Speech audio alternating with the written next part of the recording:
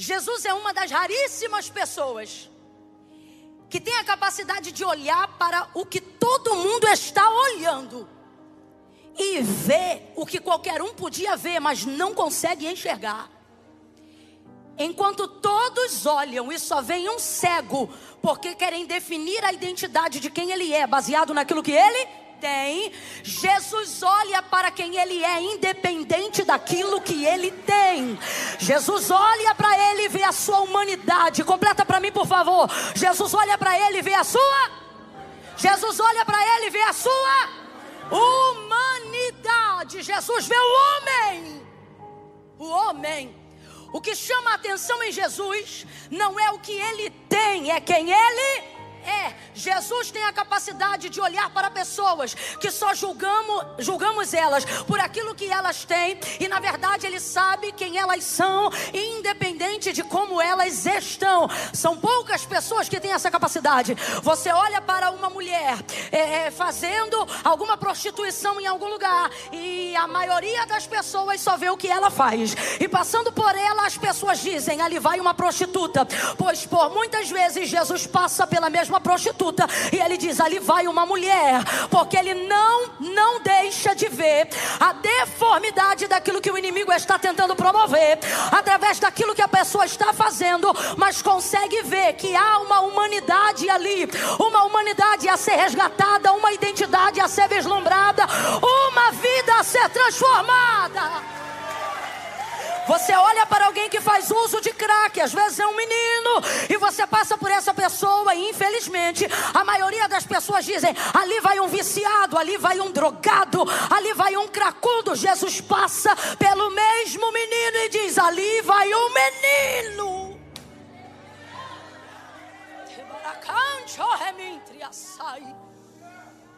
Eu não estou falando sobre concordância de práticas. Eu estou falando sobre a capacidade de separar como alguém está de quem ela é. Eu estou falando sobre a capacidade de separar o que uma pessoa faz de quem ela é. Às vezes olhamos esse termo, depois que este homem é curado, as pessoas veem o curado e começam a dizer: não é este o esmoleiro? Não é este aquele que mendigava? Mas na verdade uma pessoa nessa condição, como na condição do coxo na porta do templo que chamava Formosa, Atos 3, essas pessoas não estão na condição de pedir esmola porque elas não gostam de trabalho, mas porque, de acordo com a lei mosaica, não lhes era permitido duas coisas: entrar na sinagoga e nem que trabalhos aceitassem. Então eles precisavam depender. Meu hebraico é horrível, mas daquilo que parece, chamando a grosso modo, já vai me perdoando, nedavá, que é a oferta estipulada pela lei. Era como se fosse um auxílio, visto que essa pessoa não pode trabalhar, visto que ela não é aceita na comunidade da sinagoga como as outras pessoas, então dê a ela a oferta da mão direita, para que com esse auxílio, abre aspas, social, ela tenha condições de se manter. Então por que a maioria das vezes estas pessoas ficavam à beira do caminho, como o cego Bartimeu, à beira de algum lugar? Você veja, Jesus está num lugar provavelmente de passagem e o cego está ali. Por que o coxo estava na porta do templo? Porque acreditava-se nessa ideia: quem melhor conhece a lei, quem mais religioso for, vai ter noção do cumprimento daquilo que eu preciso receber. Então não era desocupação, era a ideia de que se eu só posso receber o que vem da mão do outro, quanto mais próximo eu tiver de alguém que cumpre a lei, melhor a possibilidade que eu vou ter de auxílio. Mas as pessoas começaram a intitular esmoleiros, mendigos, quando na verdade essas pessoas deveriam ser associadas, ou melhor, assessoradas pela própria lei, porque elas só estavam naquele lugar por causa da lei. Então este homem não é um qualquer, só que em razão do que ele tem, ele precisa fazer o que ele faz: pedir, esperar. Então veja, por causa do que ele tem, isso levou ele a fazer coisas que ele não deveria fazer, e talvez você, ou que não gostaria de fazer. E talvez você diga: Camila, e o que isso tem a ver comigo? Talvez você se sinta extremamente normal agora e pense: essa mensagem eu acho que nem me alcança. Mas alcança sim, alcançou Jeremias, alcançaria Davi. Porque ambos repetiram algo interessante ao dizerem: em pecado fui gerado, em pecado me concebeu a minha mãe. Não há deformidade maior e não há deficiência maior do que aquela que é produzida em nós por causa da nossa natureza caída. Um homem que passou por processos de santificação muito mais elevados do que o nosso. Paulo chegou ao terceiro céu, mesmo falando quase 5 línguas, não teve vocábulo para apresentar aquilo que ele viu no arrebatamento, aonde o Senhor o levou até o terceiro céu. Ele volta e ele diz: não sei nem se no corpo, se fora do corpo, porque o que eu vi é difícil até de explicar. O que o olho não viu, o ouvido não ouviu. Meu Deus! Aí vai ouvindo aí. Este mesmo homem, em dado momento, escrevendo aos Romanos, ele vai dizer o quê? Ele vai dizer: o querer bem está em mim, mas ocorre que todas as vezes que eu vou executá-lo, encontro outra lei nos meus membros, isto é, na minha carne, de modo que o bem que quero fazer eu não faço, mas o mal que eu não quero, esse eu faço. Aí ele diz: miserável homem que sou, quem me livrará do corpo desta morte? O que Paulo está falando? Eu projeto fazer o bem, mas o bem que eu projeto, vezes não faço, e o mal que não projeto, por vezes faço. Natureza caída. Aí você entende por que Davi e por que Jeremias vão partilhar desta mesma ideia: em pecado fui gerado, em pecado me concebeu a minha mãe. Camila, eu ainda não estou entendendo. Vai entender. Existe uma deficiência que é a sua natureza caída, e dela nenhum homem escapa. Por isso Paulo se intitula dizendo: miserável. Só tem um jeito de escapar dela. Ele continua no mesmo texto: mas graças dou a Jesus Cristo. Graças dou a Jesus Cristo. Graças dou a Jesus Cristo. Só Ele me livra do corpo dessa morte. Só Ele cancela a minha condenação. Só Ele me livra de mim, me liberta de mim, me transforma de mim, me tira de mim, para que um dia eu possa dizer: não vivo mais eu não vivo mais eu não vivo mais eu vivo a vida de Deus. Eu não vivo mais. As visuais, as auditivas, não são. Tanto não são que, falando dos fariseus, Jesus vai dizer assim: não são cegos os que não veem, mas os que vendo não enxergam. Também não são, olha rapaz, o povo quer falar de inclusão agora. Jesus já falava de inclusão naquela época. Não são surdos os que não ouvem, mas os que ouvindo não recebem a palavra de Deus. Então eu estou falando da deficiência do caráter do homem caído.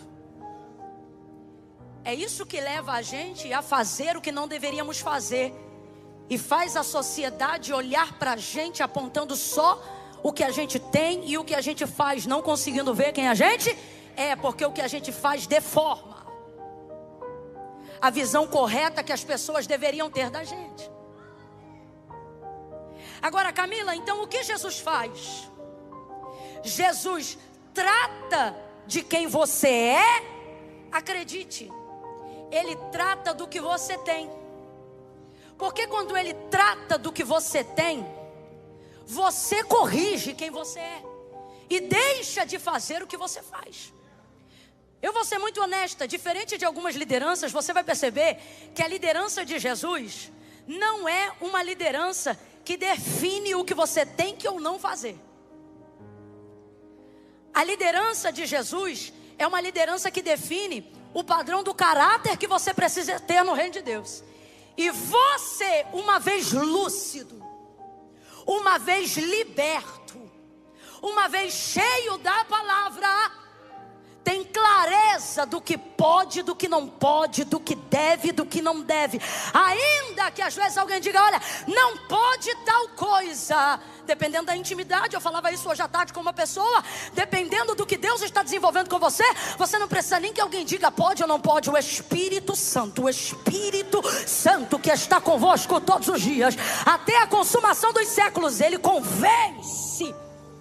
Tanto é que se Ele não convencer, fazer porque o homem manda é só protocolo. Bom mesmo é ser convencido pelo Espírito Santo. aonde todos só olhavam aquilo que ele tinha, Jesus conseguia enxergar quem ele era. Aí Jesus para ali. Isso chama a atenção dos discípulos, e os discípulos começam a falar da vida dele. E aqui eu quero dar uma palavra de consolo para alguém que talvez está nesse processo de chamar a atenção de Jesus, e alguém está incomodado em ver o tempo que Jesus está gastando com você, e está questionando sobre a sua vida. Está parado aqui por quê? Está escolhendo ela por quê? Escolheu ele por quê? Está tratando dela por quê? O que essa pessoa te chama a atenção? Olha o que ele tem, olha o que ele faz. E você pensa, Camila, é impressionante. Quando eu estava largado completamente à margem, minha vida não era tema interessante para ninguém. Ninguém queria saber aonde eu bebia, com quem eu me assentava, aonde eu comia, o que eu fazia. A minha vida só seguia. É impressionante. Foi Jesus parar para me observar. Agora o meu nome é tema do almoço, é tema da janta.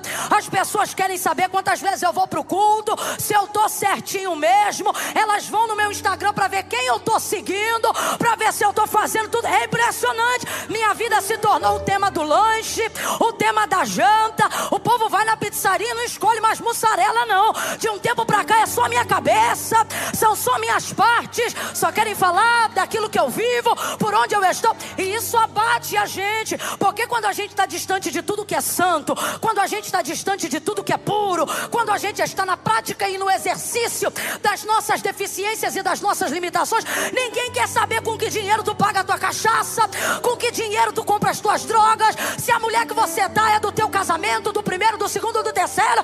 Mas é Jesus começar a olhar para você, que levantam a tua ficha como se fosse um criminoso, e começa aquele pega pra capar.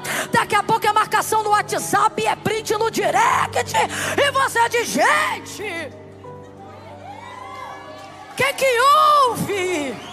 Escute, o que houve? E você nesse processo ainda, porque Jesus ainda está olhando. Jesus ainda está olhando. E aí nesse processo, eu estou falando isso aqui para que você não saia do processo por causa das especulações. Se você cair na especulação, vai perder a experiência. Se você não gravar nada do que eu vou falar essa noite, grave isso agora. Se você der ouvido às vozes da especulação, você vai perder a experiência da transformação, a experiência da libertação. Os discípulos estão conversando sobre pecado. Já apontaram a deficiência do homem para pecado. Veja! E ele, o texto diz que ele é cego, não diz que ele é surdo, ele está ouvindo. Mas ele está ali, ele se mantém. Eu vou contar de 1 a 3, você vai dizer para quem está do teu lado, se mantém. Eu não contei até 3 ainda. Tu tem um probleminha de ansiedade, mas Jesus te cura nessa noite. Quando eu disser 3, você vai dizer, se mantém. 1, 2, 3 e diga. Se mantém. Se Jesus está olhando para você, deixa o olhar dele te olhar. Camila, mas eu nem olhei para ele ainda. Camila, mas eu ainda nem me decidi. E não é assim que se decide. É ele que decide. João 15, não fostes vós que escolhestes a mim, mas eu que vos escolhi a vós. O escolhido é visto primeiro. E eu vou te provar, eu não, a palavra de Deus. Isto aqui nessa noite, ele foi visto, o cego foi visto. Mano, isso é a nossa história. A gente cego no erro, no pecado. E Jesus passando. Vai cantar para mim. Meu Deus, vai pregar para mim, vai interceder. Vai para a casa de Deus. Camila, eu odiava crente. Jesus olhou e falou, vai ser pastor de ovelha. É cego sendo visto para tudo que é lado, irmão. Eu me lembro, eu ceguinha no baile funk no Rio de Janeiro. E Jesus olhando, cega, tô te vendo. Eu tô te vendo, eu tô... Ei! Há um espírito de temor, de gratidão aqui agora.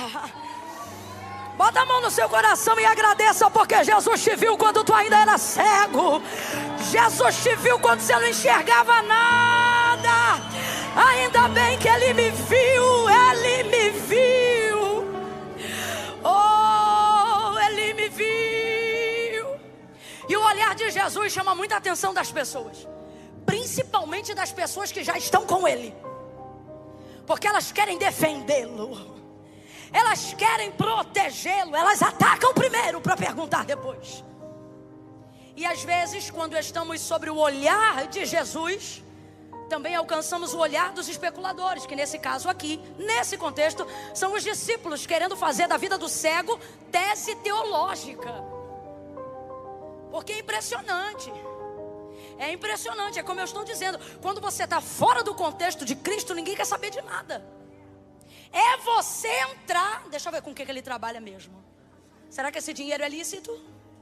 E essa pessoa que ele vem no domingo, no primeiro culto, ele veio com a senhora, agora à noite ele está com uma mais nova. Será que... Rapaz! E você aí, por causa das especulações, eu disse por causa das... Vambora, eu disse por causa das... Quase abrindo mão da experiência. Ah, então não vou mais para a igreja não. Ah, não quero mais servir a Deus não. Ah, no mundo eu tenho paz, paz mentirosa, porque Jesus disse, a minha paz eu vou lá dou, não vou lá dou como o mundo a dá. Querendo abrir mão de coisas que, irmão, se você permanecer, se você aguentar as especulações e entender que Jesus continua te olhando, ei, por causa do que dizem, do que pensam, do que acham, do que falam, você está saindo do lugar da experiência, saindo do lugar da transformação, saindo do lugar da realização. Só que este homem se mantém. Eu não sei a quem, mas Jesus está dizendo para alguém: mantenha-se. Mantenha-se, para de quebrar pau no WhatsApp. Mantenha-se e contenha-se. Contenha-se, porque eles não têm raiva de você. Não é a cor da tua pele, não é o jeito do teu cabelo, não é se tu tem tatuagem ou não. Tudo isso é motivo para especulação. Não é o carro que você tem, a casa que você mora. Tudo isso é especulação. Jesus está dizendo: você não percebe que a indignação é porque eu parei para te olhar? Você não percebe que a indignação é que você me chamou a atenção, mesmo quando não chama a atenção deles? Poucas coisas bugam tanto a mente do ser humano quanto ver Jesus dar crédito, atenção para alguém que não é interessante a nós.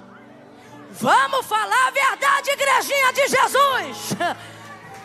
Se tem uma coisa que irrita a gente, é gente que não tem capacidade que a gente tem, fazendo coisa que Jesus não deu pra gente fazer. Por que que ele? Por que que ela? Nem é tão bom assim, fala nem direito.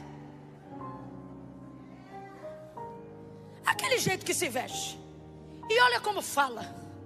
Talvez tenha alguém aqui agora dizendo: grita muito. Pra que isso? Ele não é surdo? Eu não te julgo. Primeira vez que eu entrei numa igreja pentecostal, virei pra minha mãe e disse: nunca mais eu piso aqui. Te juro. Em Deus fala a verdade, não minto. Disse para minha mãe: não vem mais aqui. Ela disse: por que não? Eu disse: mãe, esse povo grita muito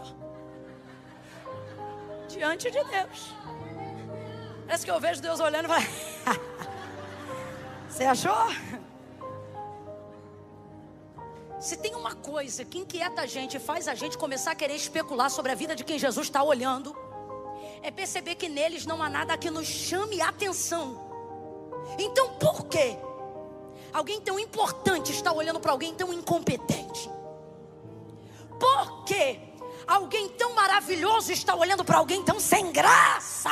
Água de salsicha. Isso vai bugando quem já está com ele na caminhada um tempo. Rabi, isso é pecado. Foi ele ou os pais? Nem ele nem os pais. Isto aconteceu para que se manifestem nele as obras de Deus. O que Jesus está dizendo? O que para você não é nada, para mim é palco. O que para você não é nada, para mim é holofote. O que para você não tem atenção é o lugar perfeito para a manifestação da minha glória. O que é que a palavra de Deus vai dizer acerca daqueles a quem Deus escolhe? Porque Ele escolheu as coisas loucas deste mundo para confundir as sãs. Ele escolheu as que não são para confundir as que pensam que são, as fracas para confundir as fortes. O problema é que depois que a gente deixa de ser pescador para ser pregador, o problema é que depois que a gente deixa de ser cobrador de impostos para ser assessor pessoal da cúpula apostólica da igreja, a gente começa a achar que já é bonzão. Só que Jesus está dizendo: estou escolhendo Ele pela mesma motivação que escolhi vocês. Mérito não, graça, palco da minha glória. Quanto menos vocês têm, mais o meu nome é glorificado. Ouça, quem tem ouvidos ouça. Você não está aqui porque você está aqui porque sem Deus você jamais seria. Está cantando um pouquinho agora, mas sem Deus nem voz para ter ministério de louvor tu teria. Está liderando uma célula, mas tremia igual vara verde, nem direito você falava. E os que falavam direito não tinham vida de espírito na palavra. Tanto conhecimento, tanto sermão bonito, e a gente não derramava uma lágrima.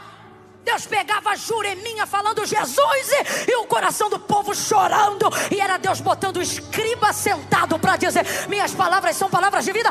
Jesus fez isso com todos nós, deixando claro, seja na nossa capacidade ou na nossa incapacidade, que nunca foi sobre nós. Então Jesus está dizendo para alguém: vai perder a experiência por causa das especulações? Catuca 2 ou 3 e diga assim: deixa rolar. Eu vou falar como Deus está mandando. Catuca 2 ou 3 e diga: deixa rolar. Deixa rolar. Deixa rolar o quê? Deixa o grupo da família dizer que você é maluco porque se converteu. Deixa rolar. Deixa o grupo de oração, vou falar, fazer fofoca dizendo: olha, não é fofoca, é porque eu quero pedir oração. Mentira, está arrebentando com o irmão novo que entrou. Mas o Senhor está dizendo: deixa rolar. Passa o processo da especulação. Por quê? Porque quando chegar a experiência, ela vai valer a pena. Ela vai valer a pena. Eu estou sentindo tanta graça de Deus aqui. Aperta a mão de alguém aí e diga: vai valer a pena. Vai valer a pena. Vai valer a pena.